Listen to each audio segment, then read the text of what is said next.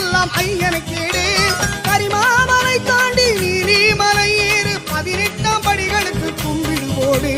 கரிமாமலை தாண்டி நீலிமலை ஏறு 18ஆம் படிகளுக்கு கும்பிடு போடு.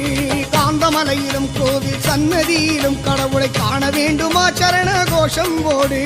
காந்தமலையிலும் கோவில் சன்னதியிலும் கடவுளை காண வேண்டுமா சரண கோஷம் போடு.